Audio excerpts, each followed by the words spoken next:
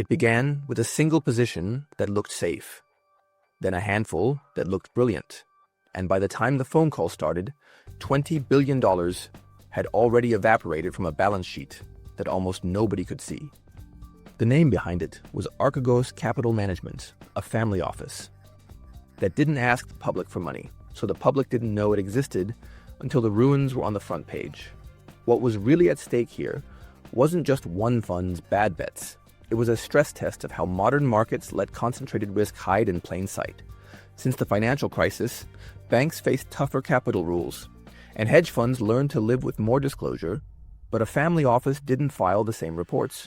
Derivatives made big positions look small, and the plumbing that was supposed to slow things down, margin checks, risk limits, cross-broker visibility, turned out to be a loose net when one big fish swam through fast enough.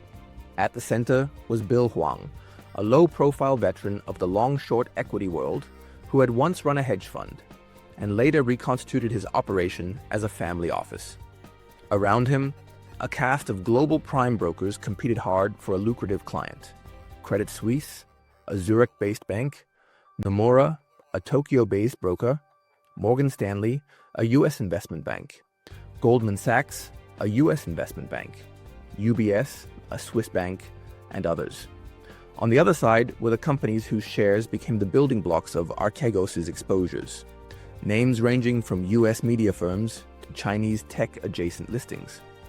Regulators stood off stage: the Securities and Exchange Commission, the Department of Justice, and banking supervisors focused on how prime brokers managed their risk.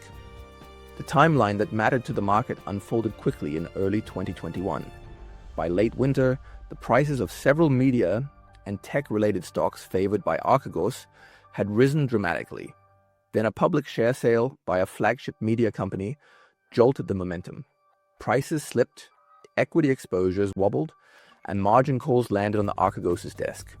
When the calls weren't met, the primes began to sell. What followed was a race. Some banks moved first, cutting exposures quickly through block trades and reducing the damage. Others moved slowly or tried to coordinate a softer exit and were left holding far more risk than they realized they had. Within days, fire sale blocks flooded the tape. Billions of dollars in stock changed hands at distressed discounts, and the invisibility cloak covering one family office fell away. To understand how that was possible, you have to look at the mechanics. Total return swaps. A total return swap is a contract where a bank provides a client with the economic return of a stock, price moves and dividends, in exchange for a financing fee and collateral. The client doesn't own the shares. The bank does, or hedges as it sees fit. On paper, this can look like financing inventory for a friendly customer. In reality, it can create massive leveraged exposure that sits off the client's balance sheet and doesn't trigger the same public disclosure rules as direct ownership. If a client spreads the same exposure across multiple banks, each prime broker sees only its own slice. The client sees the whole picture. The incentives aligned. For a client, swaps meant cheaper financing, the ability to build positions quietly, and fewer public filings telegraphing strategy to the market. For banks, a profitable prime brokerage relationship promised fees, spreads, and cross-selling to other desks, as long as the risk stayed tame. Everyone assumed the models would keep it that way. Value at risk calculations, historical volatility windows, and stress scenarios all suggested the collateral cushion was enough. But models are only as good as the inputs, and in highly concentrated portfolios, especially those focused on momentum-sensitive names, correlations can snap to one at the worst possible time. The math works until the day it doesn't. So why did controls fail? Start with concentration risk. When a client uses swaps to build exposure to the same few issuers across several primes, no single bank necessarily sees how large the aggregate bet has become. Add model risk. If risk systems assume diversification that doesn't exist, required margins can be too low on calm days and catastrophically insufficient on stormy ones. Then consider governance. Inside at least one prime broker later hit by heavy losses, internal audit critiques and risk warnings hadn't translated into hard limits. Relationship managers, hungry to win share from competitors, pressed for exceptions. Risk officers, tasked with keeping the guardrails tight, faced the classic second-line dilemma of saying no to profitable business. None of this is unusual on its face. It becomes dangerous only when it happens with a client running the same crowded trades at scale. The cash flows, in hindsight, were simple. As long as the favored stocks rose, Archegos paid financing and collected gains that could be reused as collateral to lever up further. That created a pro-cyclical flywheel. Profits begat more capacity, which begat bigger positions, which begat more profits, until the first adverse price shock arrived. On the way down, the loop ran in reverse. Losses consumed collateral, margin calls hit, positions were liquidated into a falling market, and those sales depressed prices further. For the banks, the KPI that mattered wasn't just revenue from the client, it was exposure at default multiplied by loss, given default when the unwind began. Some were disciplined enough to rip the bandage off quickly. Others waited, and the bill arrived with interest. When the dust settled, the enforcement machine spun up.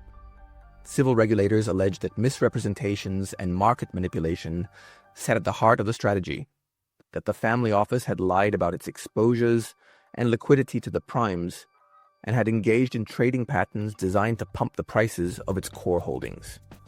Prosecutors viewed the same pattern through a criminal lens, filing an indictment that framed the conduct as a scheme to defraud counterparties and to deceive the market. These were allegations, not adjudicated facts at that time, and the legal process would take years to resolve. But the message from the charging documents was clear. If you obtain financing by feeding banks false comfort, you're not just taking risk, you're creating it for everyone who touches your trades. The victims weren't only the banks that booked multi-billion losses. Other market participants who held the same stocks, index funds, long-only managers, and retail investors were hit by the shockwaves when blocks crashed through the order book. Issuers found their shares whipsawed by flows that had little to do with fundamentals. For one European bank already grappling with legacy issues, the episode became a reputational accelerant, a demonstration that its risk culture hadn't yet caught up with the promises made after earlier missteps.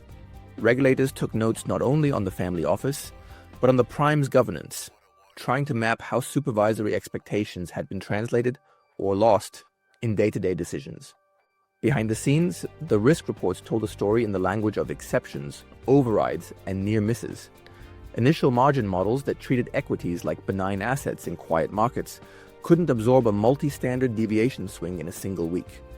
Liquidity assumptions that relied on normal trading conditions were meaningless when several primes tried to sell the same stocks at once, and term sheets that gave banks contractual rights to demand more collateral were only as good as their willingness to demand it, early and loudly, when the first signals flashed red.